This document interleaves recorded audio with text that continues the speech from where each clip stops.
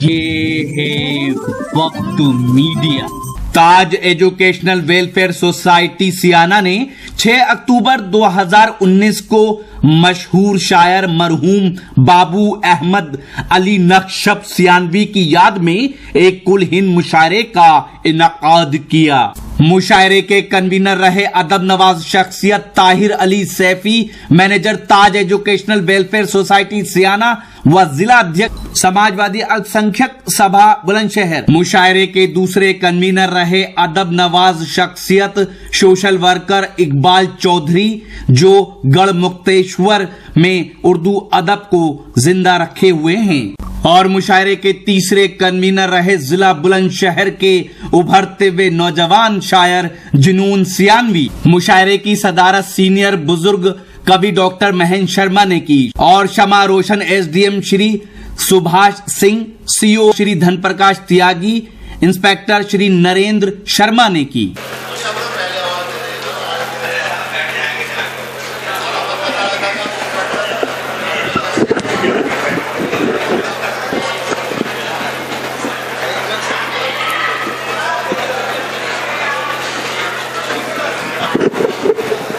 ठीक है।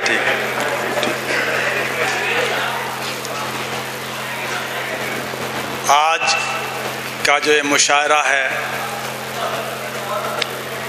जो हमारे ताहिर साहब द्वारा आयोजित किया गया है, महमूद अली साहब की याद में,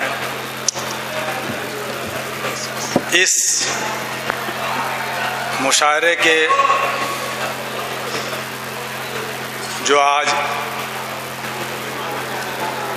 सदारत कर रहे हैं और इसमें उपस्थित हमारे सभी मेहमान शायर और एसडीएम साहब और यहाँ पे उपस्थित सियाना की जनता का मैं आभार व्यक्त करता हूँ।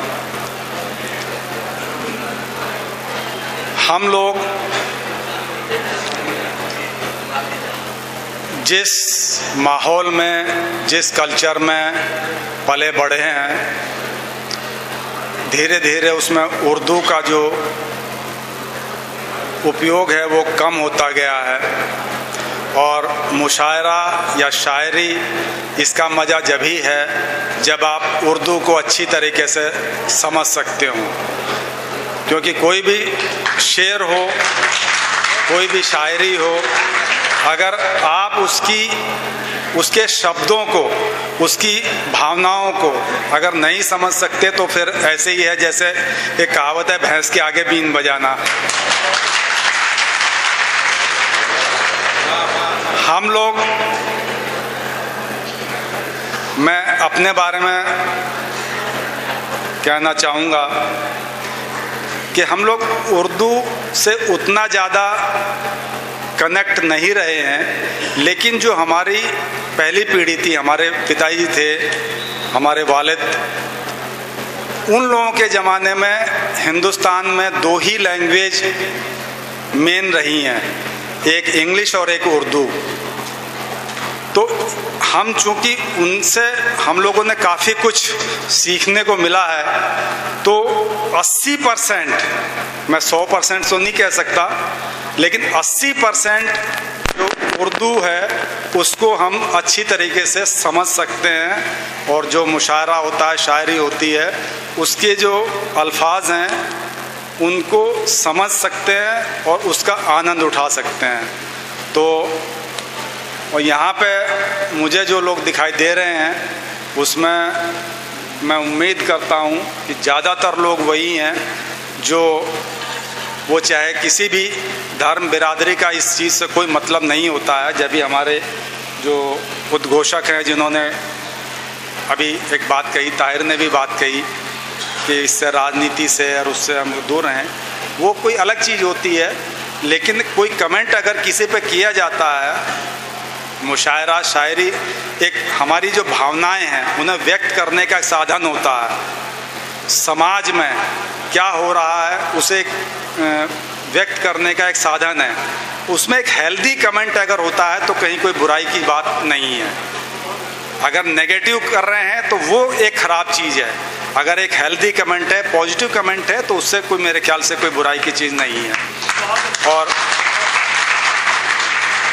इन्हीं शब्दों के साथ ये इस मुशायरे की सफलता, और ज़्यादातर यही होता है कि जो मुशायरे का जो असली आनंद है वो मुशायरे के लास्ट जब ऊंचाइयों पर पहुंचता है तभी आता है। अब ये हमें नहीं पता कि हम उस ऊंचाइयों तक पहुंचते समय तक यहाँ पर बैठे होंगे या नहीं बैठे होंगे, लेकिन आप लोग इस मुशायरे का आनंद उठाइए और मैं आप सभी को जो है शुभकामनाएं देता हूँ। और जो हमारे शायर बाहर से आए हैं और यहाँ के हैं, सभी का स्वागत करता हूँ। धन्यवाद।